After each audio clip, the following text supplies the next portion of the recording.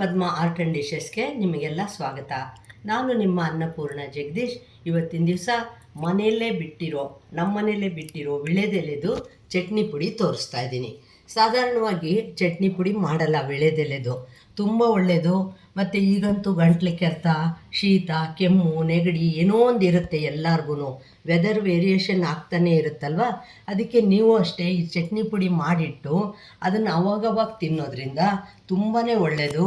ಮತ್ತು ಹೆಲ್ತ್ ಕೂಡ ಇದು ತುಂಬ ಒಳ್ಳೆಯದು. ಇದಕ್ಕೆ ಇನ್ನೇನು ಇಲ್ಲ ನೋಡಿ, ವಿಳೆದೆಲೆ ಇಷ್ಟು ಇಟ್ಕೊಂಡಿದ್ದೀನಿ, ನೀವು ನೋಡ್ತಿರೋದಿರಲ್ವ. ಇದಕ್ಕೆ ಒಣಮೆಣಸಿನ್ಕಾಯಿ, ನಿಮಗೆ ಖಾರ ಜಾಸ್ತಿ ಬೇಕು ಅಂದರೆ ಒಂದಿಷ್ಟು ಇಟ್ಕೊಳ್ಳಿ, ಒಂದು ಬೌಲಷ್ಟು. ಇಲ್ಲಾಂದರೆ ಕಡಿಮೆ ಬೇಕು ಅಂದರೆ ಕಡಿಮೆ ಇಟ್ಕೊಳ್ಳಿ. ಕಡಲೆಬೇಳೆ, ಉದ್ದಿನಬೇಳೆ ಮತ್ತು ಹುರ್ಗಡ್ಲೆ, ಎಳ್ಳು, ಕರ್ಬೇವಿನ ಸೊಪ್ಪು, ಕೊಬ್ಬರಿ, ಅರಿಶಿನ, ಉಪ್ಪು, ಇಂಗು, ಇಷ್ಟು ಸಾಮಗ್ರಿ. ಇದೆಲ್ಲ ಏನು ಇಷ್ಟಿಷ್ಟೇ ಹಾಕಬೇಕಂತೇನಿಲ್ಲ. ಕಡಲೆಬೇಳೆ, ಉದ್ದಿನಬೇಳೆ ಅಥವಾ ಹುರ್ಗಡ್ಲೆ ಎಲ್ಲ ಕೂಡ ಒಂದು ಚೂರು ಹೆಚ್ಚು ಕಡಿಮೆ ಆದ್ರೂ ಏನೂ ವ್ಯತ್ಯಾಸ ಆಗಲ್ಲ. ಆಲ್ಮೋಸ್ಟ್ ಸೇಮ್ ಪ್ರಪೋರ್ಷನ್ ಇಟ್ಕೊಂಡ್ರೂ ನೀವು ಇಟ್ಕೊಳ್ಬೋದು.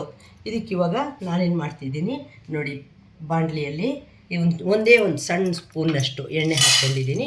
ಇದನ್ನು ಒಂದೊಂದನ್ನು ಸ್ವಲ್ಪ ಕೆಂಪಿಗೆ ಚೆನ್ನಾಗಿ ಹುರ್ಕೊಳ್ತೀನಿ. ಇದನ್ನು ಹುರ್ಕೊಂಡು ಹಾಗೆ ನೋಡಿ ಮಿಕ್ಸರ್ ಜಾರು ಇಟ್ಕೊಂಡ್ಬಿಟ್ಟಿದ್ದೀನಿ ಇಲ್ಲಿ, ಅದಕ್ಕೂ ಹಾಕ್ಕೊಂಡು ಬಂದ್ಬಿಡ್ತೀನಿ.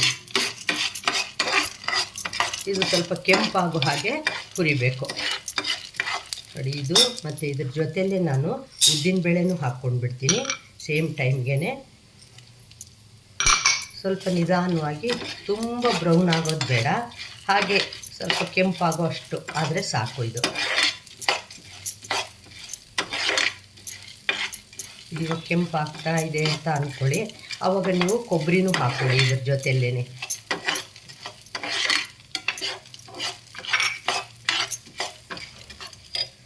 ನೋಡಿ ಕೊಬ್ಬರಿನೂ ಹಾಕ್ಕೊಂಡ್ಬಿಡ್ತೀನಿ.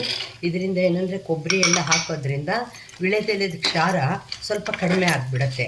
ಮತ್ತು ನಿಮಗೆ ಖಂಡಿತ ಬಾಯಿ ಉರಿಯೋದು ಆ ಥರ ಎಲ್ಲ ಏನೂ ಆಗಲ್ಲ. ಕೆಲವು ಅನುಮಾನಗಳಿಂದನೇ ಕೆಲವರು ವಿಳೆದೆಲೆ ಉಪಯೋಗಿಸೋದೇ ಇಲ್ಲ. ಆದರೆ ಖಂಡಿತ ಹಾಗೆ ಮಾಡಬೇಡಿ.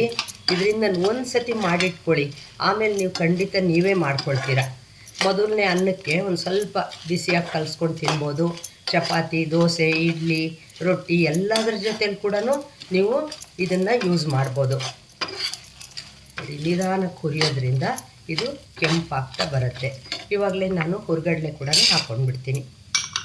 ನೀವು ಹುರ್ಗಡ್ಲೆ ಬದಲು ಕಡಲೆಕಾಯಿ ಬೀಜ ಬೇಕಾದರೂ ಹಾಕ್ಕೊಳ್ಳಿ. ನಿಮಗೆ ಗೊತ್ತಾಗುತ್ತೆ ಅದು ಬಿಸಿ ಆಗ್ತಾ ಇದೆ ಅನ್ನೋದು ಗೊತ್ತಾಗುತ್ತೆ ಚೆನ್ನಾಗಿ.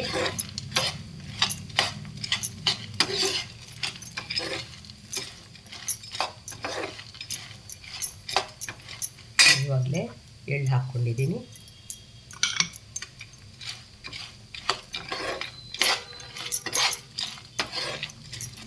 ಇವಾಗ ಕರ್ಬೇವಿನ ಸೊಪ್ಪು ಕೂಡ ಚೆನ್ನಾಗಿ ಹುರಿದು ಬಿಡಲಿ ಅಂತ ಹೇಳಿ ಅದನ್ನು ಹಾಕ್ಕೊಂಡ್ಬಿಟ್ಟಿದ್ದೀನಿ ನಾನು.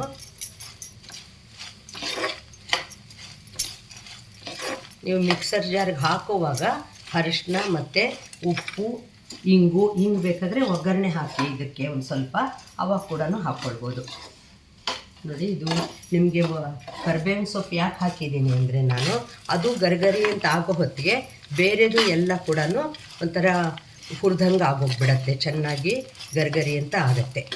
ಅದಕ್ಕೆ ನೀವು ಕರ್ಬೇವಿನ ಸೊಪ್ಪನ್ನು ನೋಡ್ತಾಯಿರಿ, ಅದು ಚೆನ್ನಾಗಿ ಹುರಿದ ಥರ ಆಗುತ್ತಲ್ಲ, ಆವಾಗ ನೀವು ನಿಲ್ಲಿಸ್ಬಿಟ್ಟು ಆಮೇಲೆ ನಾನು ಮೆಣಸಿನ್ಕಾಯಿ ಎಲ್ಲ ಹುರಿಯೋದನ್ನು ನಿಮಗೆ ತೋರಿಸ್ತೀನಿ.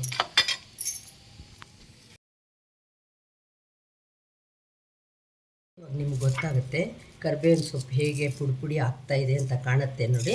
ಅಷ್ಟೊತ್ತಿಗೆ ಇದು ಎಲ್ಲನೂ ಚೆನ್ನಾಗಿ ಹುರಿದಿದೆ ಅಂತ, ಕೆಂಪಾಗಿದೆ ಅಂತ ಹೇಳಿಬಿಟ್ಟು ಇದನ್ನು ನಾನು ಇಲ್ಲಿ ಜಾರ್ಗೆ ಹಾಕ್ಕೊಂಡ್ಬಿಡ್ತೀನಿ.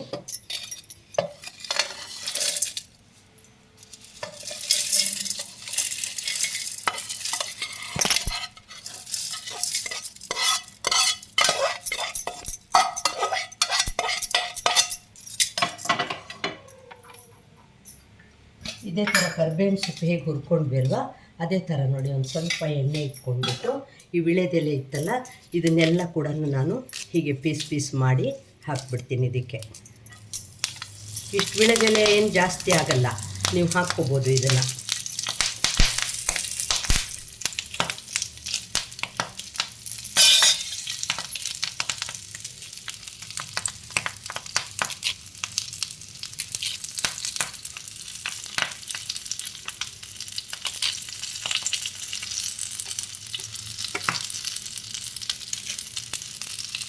ನೀವು ಒಂದ್ಸಲ ಮಾಡಿ ನೋಡಿ, ಖಂಡಿತ ಮತ್ತೆ ಮತ್ತೆ ಮಾಡ್ತೀರಾ ಇದನ್ನು.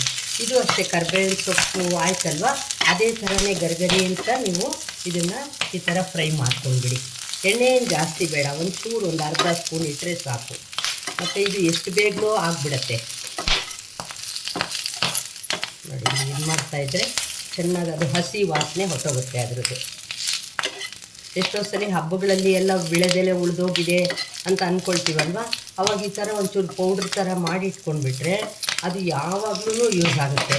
ನೀವು ಬರೀ ಇದಿದೆಯಲ್ಲ ವಿಳೆದೆಲೆ, ಇದೇ ಮಾತ್ರ ಕೂಡ ನೀವು ಪುಡಿ ಮಾಡಿ ಇಟ್ಕೊಳ್ಬೋದು ಈ ಥರ. ಆವಾಗ ಶೀತ ಕೆಮ್ಮು ಆಗಿರುತ್ತಲ್ಲ, ಅದು ಕಷಾಯ ಆ ಥರದಕ್ಕೆ ಒಂದು ಅರ್ಧ ಸ್ಪೂನ್ ಹಾಕ್ಕೊಂಡು ಉಪಯೋಗಿಸ್ಕೊಳ್ಬೋದು. ಎಷ್ಟು ಗಮ್ಮಂತ ವಾಸನೆ ಬರ್ತಾಯಿದೆ ಗೊತ್ತಾ. ಇದು ಚೆನ್ನಾಗಿ ಹುರಿದಾದ್ಮೇಲೆ ಇದೇ ಥರ ಒಣಮೆಣ್ಸಿನ್ಕಾಯಿ ಕೂಡ ಹುರ್ಕೊಂಡ್ಬಿಡ್ತೀನಿ ನಾನು. ಅದಾದಮೇಲೆ ಈ ರುಚಿಗೆ ತಕ್ಕಷ್ಟು ಉಪ್ಪು ಮತ್ತು ಅರಿಶಿನ ಇಟ್ಕೊಂಡಿದ್ದೀನಲ್ಲ, ಅದನ್ನು ಮಿಕ್ಸ್ ಮಾಡಿ ಇದಕ್ಕೆ ಗ್ರೈಂಡ್ ಮಾಡಿಕೊಂಡು ಒಂಚೂರು ಒಗ್ಗರಣೆ ಇಟ್ಟು ಇದು ಹಿಂಗೆ ಹಾಕ್ತೀನಿ ಅದಕ್ಕೆ.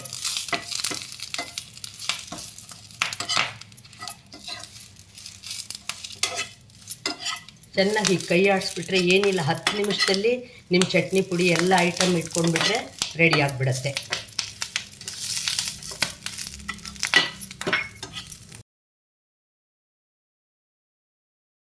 ಕ್ಲೀನಾಗಿ ವಿಳೆದೆಲೆ ಎಲ್ಲ ಕೂಡ ಪೌಡ್ರ್ ಆಗಿಬಿಟ್ಟಿದೆ.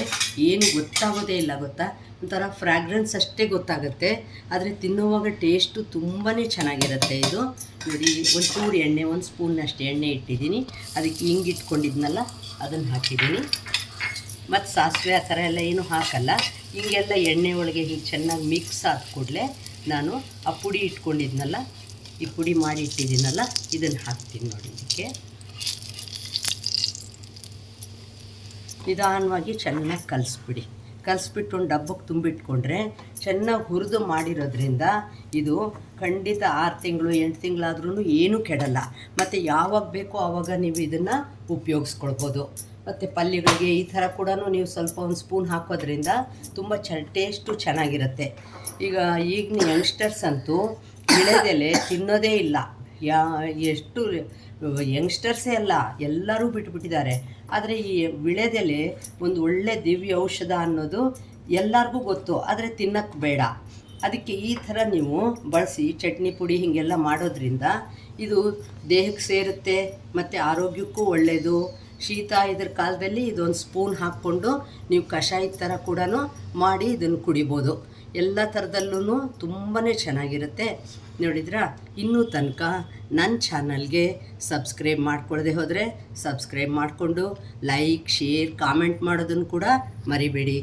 ಇದೇ ವಿಡಿಯೋನ ಇನ್ಸ್ಟಾಗ್ರಾಮ್ ಮತ್ತು ಫೇಸ್ಬುಕ್ಕಲ್ಲಿ ಕೂಡ ನಾನು ಅಪ್ಲೋಡ್ ಮಾಡ್ತಾಯಿದ್ದೀನಿ. ಅಲ್ಲೂ ನೀವು ನೋಡಿ ನನ್ನನ್ನು ಫಾಲೋ ಮಾಡ್ಬೋದು.